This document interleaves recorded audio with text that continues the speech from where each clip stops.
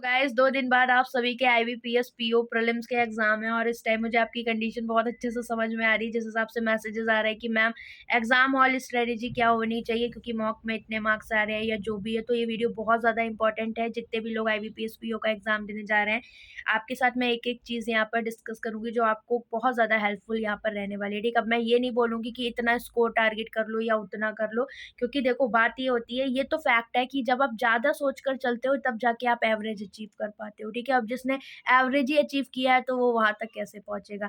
तो सबसे पहली बात है आपके लिए कि आपने पढ़ाई जैसे भी की हो, पर एग्जाम हॉल स्ट्रेटजी आपकी क्या रहती है, पेपर सॉल्विंग टेक्निक्स बहुत ज़्यादा इंपॉर्टेंट होती हैं।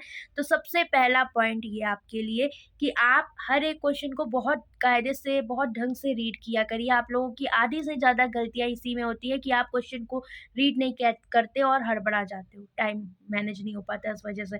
जैसे हम स्टार्ट करें, सबसे पहले आप इंग्लिश सेक्शन अटेम्प्ट करते हो, वही आपके में आता है। सेक्शनल टाइमिंग इसमें होती है आपकी। तो इंग्लिश सेक्शन में अभी आप इतने मॉक देते हुए आए हुए हो, तो आपको पता है कि आप कहाँ पर सबसे ज़्यादा गलतियाँ करें या कहाँ आपकी एक्यूरेसी बन ही नहीं पा रही। तो उन पॉइंट्स को मत टच करो एग्जाम में, अगर आपको लगता है। सिंगल वाले हो गए, सिंगल लाइनर क्वेश्चंस हो गए, पैरा जंबल हो गए। पैरा जंबल में शॉर्ट आप पहला और लास्ट तो कनेक्ट कर ही सकते हो कि कहाँ से आपकी बिगनिंग हो रही है, कहाँ से इनिशिएट हो रहा है पैसेज, ये सारी चीज़ें आप पता लगा सकते हो। ठीक है, सबसे बड़ी चीज़ यही रहती है कि जहाँ पर आपको एकदम श्योरिटी हो, आप इंग्लिश में वही क्वेश्चन अटेम्प्ट करिए। और जहाँ पर आपको मल्टीपल चॉइस टाइप के लग जाते हैं, जहाँ पर आपको लगता है कि ज़्यादा चीज़ें सोचनी पड़ रही हैं, उनसे थोड़ा बचो। अगर उन्हें कर भी रहे हो तो ऑप्शन ऑप्शन एलिमिनेशन को ध्यान दिया करो। इंग्लिश में जब भी फंसो तो हमेशा ऑप्शन एलिमिनेशन देख लिया करो, और आगे की चीज़ पढ़ने के बाद पीछे का भी पढ़ लिया करो कि हाँ, क्या ये चीज़ें यहाँ फिट बैठ रही हैं या नहीं। ठीक है, तो ये उनके लिए है जिनको थोड़ा-सा इंग्लिश में दिक्कत होती है या एक्यूरेसी मेंटेन नहीं हो पाती। बाकी आप अच्छे से जानते हो, और जितना हो सके, जितने भी आपने अभी तक इंग्लिश के टेस्ट दिए हैं या मॉक टेस्ट दिए हैं, उनमें इंग्लिश को अच्छे से रिवाइज़ कर लीजिए और प्रीवियस ईयर सारी एरर्स कर लो। ठीक है, एग्ज़ाम से पहले इतना तो कर ही लेना। इसके बाद बात आती है क्या, अटेम्प्ट जब भी करते हो इंग्लिश का पेपर, तो हमेशा उन क्वेश्चन से स्टार्ट करो जो आपके सिंगल फिलर हो गए, आपके एरर्स हो गए सिंगल लाइन के। तो जो बड़े पैसेज वाले क्वेश्चन हो उनको सबसे लास्ट में करिए। और आरसी में भी उन क्वेश्चंस को आपको पहले अटेम्प्ट करना होता है, जैसे सिनोनिम एंटोनिम, जो आपको डायरेक्ट आरसी से मिल रहा है। और हमेशा आरसी, आपको मैंने हमेशा यही बात बोली है कि क्वेश्चन के थ्रू आरसी पर जाए, ना कि पहले आरसी पढ़ें फिर क्वेश्चन पर जाए, अदरवाइज ये लेंदी प्रोसेस हो जाता है, एग्जाम में इतना टाइम नहीं होता। इसके बाद बात आती है आपके क्वांट सेक्शन की, जो कि बहुत इंपॉर्टेंट है। इसको कैसे अटेम्प्ट करना है, तो क्वांट सेक्शन में आप एक चीज़ ध्यान रखिए कि आपको थोड़ा सा, जैसे 20 मिनट की जो भी आपकी टाइमिंग रहती है, तो उसमें आप सबसे पहले देख लो आपको कहीं पर अगर नंबर सीरीज दिख रही है, क्वाड्रेटिक दिख रही है या अप्रोक्सीमेशन सिंप्लीफिकेशन कुछ दिखा, आप उनको पहले कर लो।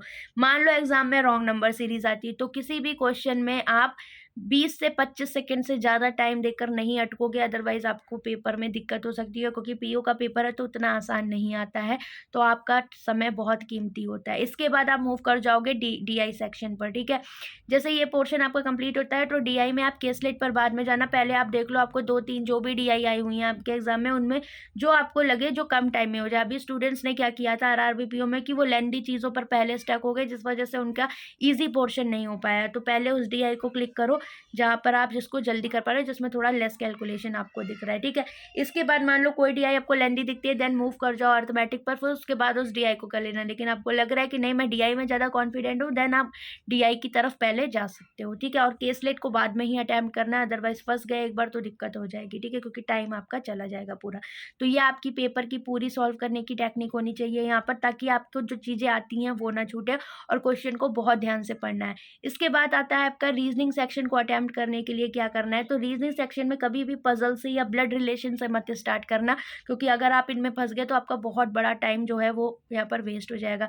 सबसे पहले आपको डायरेक्शन डिस्टेंस मिल गया, इनइक्वालिटी, सिलॉक्स हो गया, आपके मिसलेनियस वाले क्वेश्चन हो गए। एक लाइन वाले क्वेश्चन पर मत टाइम वेस्ट करना, जैसे कि आपको जो ज़्यादा टाइम लग जाता है जिनमें बैकवर्ड फॉरवर्ड वाले, तो पहले उन क्वेश्चंस को कर लो जो जिनमें आपकी पकड़ अच्छी हो और टाइम भी कम ले और आपको मार्क्स अच्छे दे दें।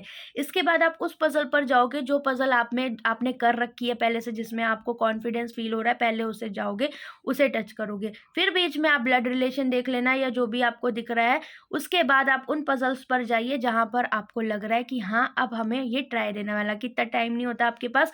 लेकिन मेरा बस कहने का मोटिव यही है कि जिन चीज़ों में हम कॉन्फिडेंट होते हैं या जिस तरह की चीज़ें हमने आपने एग्ज़ाम में पहले करी होती हैं मॉक टेस्ट में, उनमें उनमें हमें ज़्यादा कॉन्फिडेंस रहता है। और पज़ल में सबसे इम्पोर्टेंट पार्ट है, आप पज़ल कर रहे हो, केसलेट कर रहे हो, कुछ भी, तो पहले की चीज़ें और लास्ट की चीज़ें कनेक्ट कर लेना, क्योंकि मोस्टली आपके साथ एग्ज़ामिनर यही करता है कि आपको वो पहले की और आखिरी की चीज़ें कनेक्ट करके देता है, ताकि आप बीच में आप कनेक्ट ना कर पाओ और कन्फ्यूज़ हो जाओ, तो ऐसे आपको क्लूज़ उसमें मिल जाते हैं। बाकी आज आपकी मैराथन होने वाली है डीआई की, आपकी रॉन्ग नंबर सीरीज़ की, और अर्थमेटिक की क्लासेस ले ली हैं, उनकी पीडीएफ भी मैंने बैंकिंग स्मार्टली पे दे दी हैं, आप उनको कर सकते हो।